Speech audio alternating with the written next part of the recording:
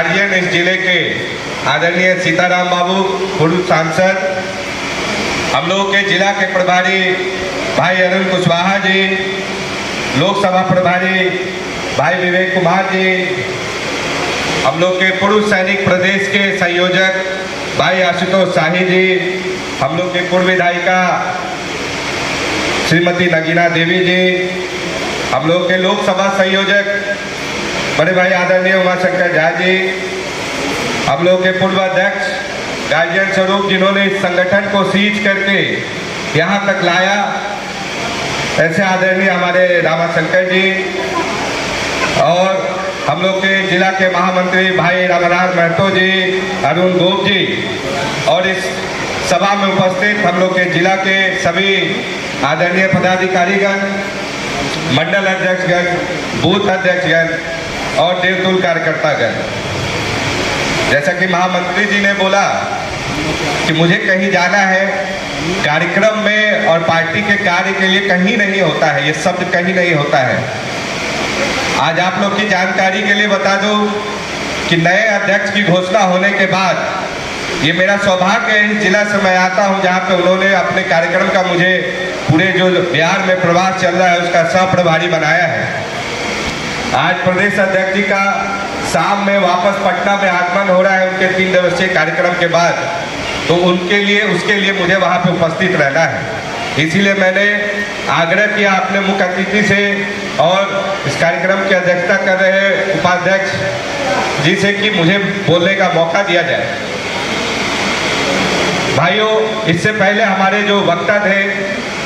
इस जिले के सदर विधायक डॉक्टर मिथिलेश कुमार जी ने प्रधानमंत्री जी के संदर्भ में उनके लिए राजनीतिक जो प्रस्ताव रखा है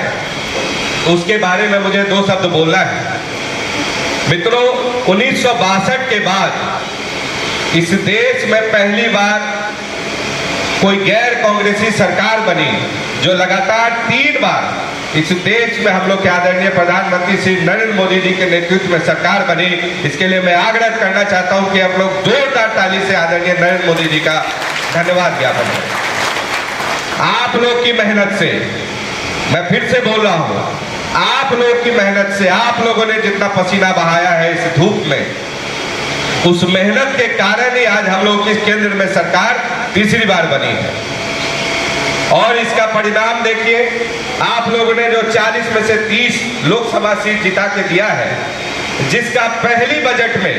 आदरणीय प्रधानमंत्री जी ने लगभग 59,000 करोड़ रुपया इस बिहार राज्य को अनुदान देके हम लोगों का धन्यवाद को उन्होंने स्वीकार करते हुए हम लोग को स्वीकृत किया है। इसके लिए भी एक जोरदार ताली हो जाए।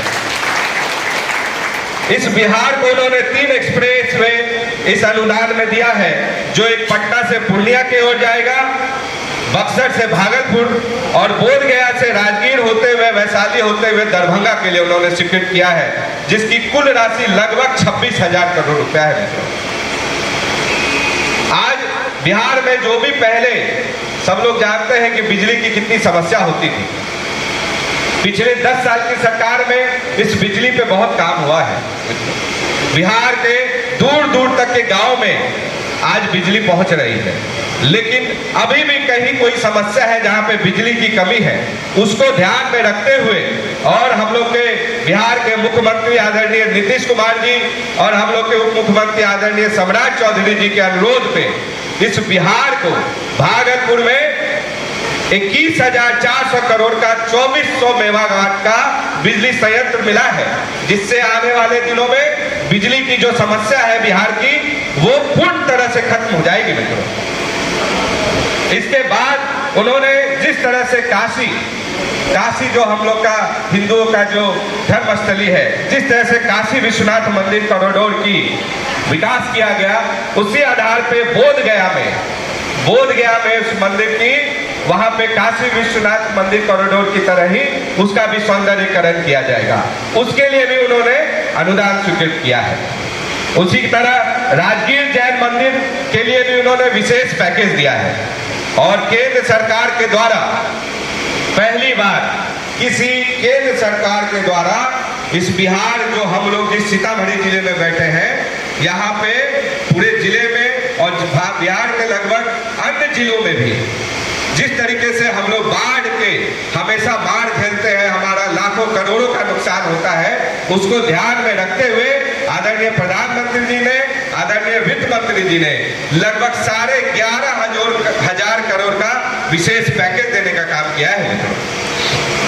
इसके साथ साथ सीतामढ़ी जिस तरीके से अयोध्या का विकास हुआ है, उसी तर्ज में पूरी एक रूपरेखा तैयार की जा रही है कि जिससे सीता मैया का यहाँ पे भव्य मंदिर बने और अयोध्या से लेकर जनकपुर धाम तक इसको जोड़ा जाए। इसके साथ साथ जो जिले के कुछ स्थानीय मुद्दे हैं, क्योंकि मैं प्रदेश में रहता हूँ और रोजगार संबंधित कार्यों से जुड़ा हूँ, तो मैं अपने बिहार के जो उद्योग मंत्री हैं और साथ साथ पर्यटन मंत्री हैं, उनसे भी मैंने जो इस जिले से संबंधित, इस मिथिलांचल से संबंधित कुछ मुद्दे थे, उस पर मैंने चर्चा करी। उसके बारे में आप लोगों को 1 मिनट में मैं बताना जाना चाहता हूँ। रीगा चीनी मिल का जो सबसे बड़ा मुद्दा है, उसको आदरणीय गृह मंत्री जी जो देश के सहकारिता मंत्री हैं, उन्होंने संज्ञान लेके इस बार टेंडरिंग हुआ है और इस बार उन्होंने भरोसा दिलाया है कि कोई मजबूत इन्वेस्टर उस चीनी मिल को खरीदेगा और केंद्र सरकार और राज्य सरकार उसको पूरी सहायता करके इस चीनी मिल का हम लोग नवीनीकरण करने जा रहे हैं और यहाँ पे 101 लाख लीटर का इथेनॉल प्लांट भी उसमें बनने जा रहा है। इसके साथ साथ मिथिलांचल में जहाँ पे हम लोग के बगल में दरभंगा एयरपोर्ट है, उसके कारण यहाँ पे भी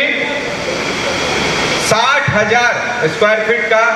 एक उद्योग विभाग के तरफ से एक कारखाना लगने जा रहा है, जहां पे जो आप लोगों ने देखा है कि बांग्लादेश की जो समस्या हुई है और बांग्लादेश में वहां पे टेक्सटाइल मिले हैं काफी सारी, उन टेक्सटाइल मिलों को भारत में और स्पेशली जो सीमांचल में जो है, ये मिथिलांचल में यहाँ पे उन लोग को स्थापित करने का प्रयास किया जा रहा है। इसके साथ साथ अभी हाल फिलहाल में अडानी ग्रुप द्वारा 1600 करोड़ का सीमेंट फैक्ट्री का अभी शिलान्यास किया गया है और 2 दिन पहले